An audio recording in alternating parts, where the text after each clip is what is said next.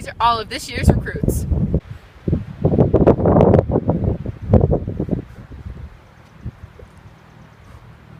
We only have room to accept one player on the team this year. We're going.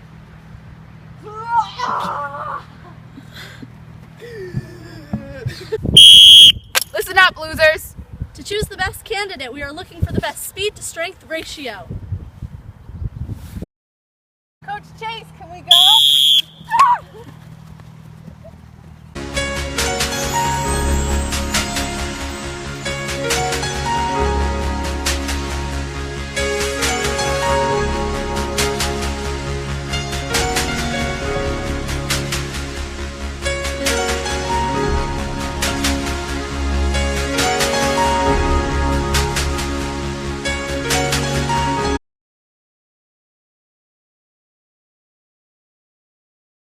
Now for the weight portion of the test. I need you guys to be able to lift at least 310 pounds.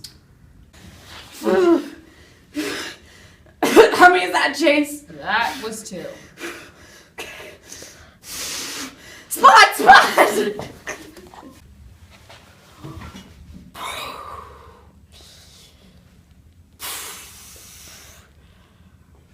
You miss 100% of the shots you don't take.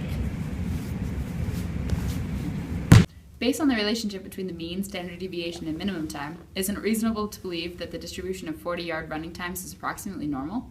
I use the formula x bar minus mu over standard deviations to find that the z-score of the minimum time for running is negative 1.33. And based on that, we know that approximately 9.2% of the z-scores are below negative 1.33 in a normal curve. What does that mean? That means that it is not reasonable to believe that the distribution of a 40-yard running time is approximately normal. This is because in a normal curve, there would still be more z-scores below negative 1.33. Assistant Emma, the stronger player would be able to lift more weights. That makes sense.